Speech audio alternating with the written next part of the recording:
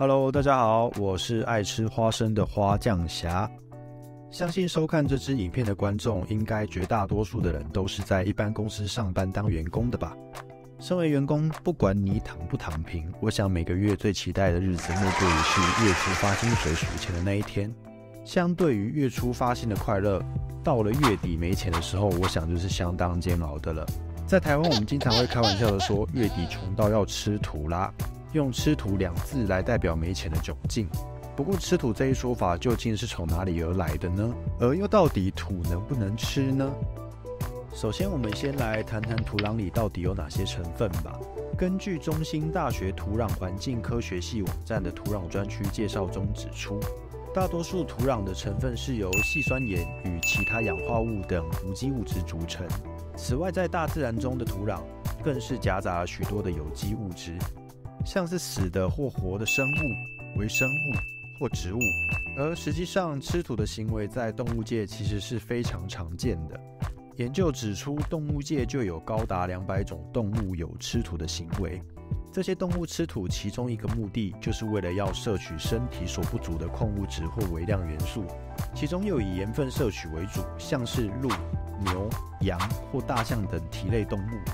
它们会频繁地舔食盐分较高的盐质地土壤，去获取钠等矿物质的补充。这类行为也被称作为盐舔行为。在动物园经常可以见到这些动物的园区内放置的盐砖，就是为了要来提供给这些动物进行盐舔的。而各位猫奴、狗奴们，如果家中的主子突然过来舔你，也不要误会是主子要过来给你宠幸，其实他们不过是要来舔食你肌肤上面的盐分而已。动物界除了有吃土的行为之外，像是鸟类甚至还有吃石头的行为，它们主要是用于帮助消化以及磨碎食物为目的。这些石头也有个正式的名称，名叫胃石。它们被储存在鸟类的沙囊这个器官中，用以研磨植物纤维这类难以消化的食物。实际上，我们在台湾夜市小吃常吃到的鸡胗，就是鸡的沙囊，也算是鸟类的第2个胃。而通常胃石在沙囊中时间久了就会变得光滑圆润而失去摩擦力。鸟类有时候会将它反刍，再吃下更锋利的石头来替代它们。我们谈回到人类，而究竟我们人类到底能不能吃土呢？其实答案还真是肯定的。实际上，人类吃土的行为甚至有非常长远的历史。就有证据显示，人类最早可追溯至250万年前的智人就开始已经出现有吃土的行为了。不过，人类与动物食用泥土的目的到底是什么呢？除了前面提到的盐分与矿物质的摄取之外，科学家在近年还发现了，其实吃土的行为还有一个非常重要的目的，就是解毒。像是金刚鹦鹉，它们就有食用土壤的习性。台北市立动物园热带雨林室内馆里面就有一面崎岖不平的仿泥墙，上面就布置了许多金刚鹦鹉的图示，就是为了展示它们在享用泥土大餐的样子。在2011年，康奈尔大学的 Sarah L. Young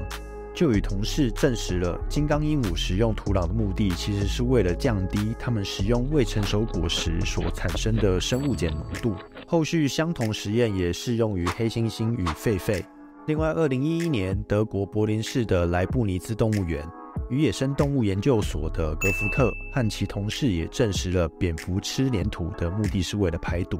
而时间来到现在，远在撒哈拉以南的非洲国家与美国南部的妇女至今还是会吃黏土来减轻孕期的不适，其中在非洲喀麦隆的大部分市场上都还买得到食用的泥土。而吃泥土的习俗其实已经非常久远，进食土壤的孕妇比例在坦尚尼亚达 28%， 在肯亚则高达 65% 的占比。研究人员也指出，食用土壤的孕妇除了可以从中获取钙质之外，其泥土因具粘性而可以与其他吃下食物的细菌和病毒结合，防止母亲和胎儿感染食入性的病菌。不过，其实现今世界各地都可以发现各国人种的祖先都曾经出现过吃土或用土来治愈疾病的证明，像是西元460年前，古希腊医生希波克拉底其著作《食物的自然》就有提到，孕妇食用泥土可以缓解孕期的不适感。美索不达米亚人和古埃及人则把泥土入药，还用于涂在伤口上，也吃土来治疗肠胃方面的疾病。古埃及人甚至还将粘土的处方记载在纸草卷书里。中国东汉的《神农本草经》与明代的《本草纲目》当中则记载了土壤入药不但可以补肝益肾，也有润肺止咳，甚至还能刺激肠胃，改善消化不良的症状。而在中世纪地中海地区和西欧，泥土片则被使用在宗教习俗和仪式上，并应用于治疗中毒与瘟疫，甚至还在1848年被列入药典之中。不过，以上提到被人类拿来食用或药用的土，可不是随便的土都可以拿来用。这些土其实是名为高岭土的一种泥土，呈现白色软泥状，颗粒细腻，与面粉是相似的，也是现今制作陶器与瓷器的主要原料。如中国江西景德镇就是使用当地高质量的高岭土，制作出许多出色的器物而闻名。而在20到40世纪年代，由美国华氏药厂所开发制造的止泻药 Helvetic， 其原料就是从高岭土中开发出来的。不过后续该原料则由其他合成化学物所取代。而在2019年的《每日邮报》的报道中指出，澳洲研究人员丹宁发现，食用含有蒙脱石的土可以在体内吸引脂肪，并将其包覆，阻止被人体所吸收。或许在不久的未来，人们就会开始流行起吃土来减肥了吧。而其实上述提到的高岭土，在中国地区又有另外一个别称，名为观音土。该名称来源主要是在古代中国的饥荒时期，人们食用这种土用于充饥，人民将其视为救命土，而给了观音土的别称。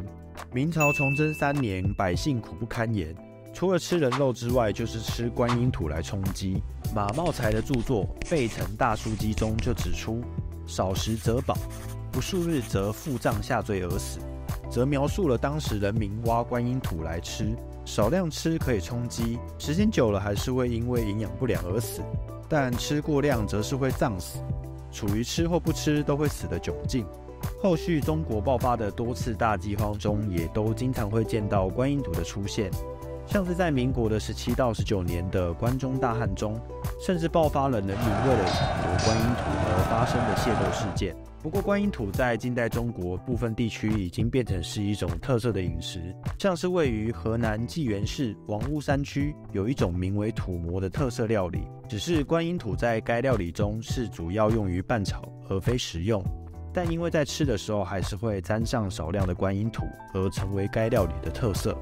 当地每年还会举办名为吃土大会的活动，会有上千人同时在现场抢土吃，画面看起来是相当的有趣。而除了中国古代，欧洲19世纪也有各国农村因饥荒而将面粉混入泥土做成面包果腹充饥的状况。而在2008年时，美国国家地理杂志就曾经报道过海地穷人以泥饼果腹的情况。一片不到台币2块钱的泥饼干，制作方法是将泥土加上盐、少许蔬菜以及奶油，均匀搅拌后，一坨一坨挖起泥团，摊成一片片圆形饼状，放在太阳下晒，或是用火烤成饼干的形状。根据外媒报道，泥饼干吃起来没什么味道，口感又干又硬。当地医生表示，泥饼干没有任何的营养价值，而且可能含有重金属、细菌等物质，长期食用会出现拉肚子、手脚浮肿的状况。但实际上更惨的是，有些海地居民甚至连买泥饼干的钱都没有，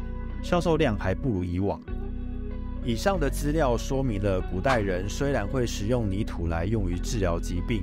但更多的是在饥荒时期用于充饥的状况。这也正是解释了我们现在用吃土来表达没钱这一说法的由来。虽然现在的台湾已无再发生饥荒需以泥土充饥的情况了，但在地球的另一端，许多落后的国家确实还是有许多人过着挨饿的生活。而根据报道指出，台湾一年浪费的食物平均就多达384万吨，把每年浪费的厨余放进厨余桶内，叠起来的高度居然达到了13500座101大楼。或许在了解海地或其他非洲饥荒国家后，未来我们也可以好好的重视食物浪费的问题了。好了，以上就是今天帮各位科普人类吃土的相关内容。如果大家还喜欢我的影片，也别忘了订阅我的频道哦。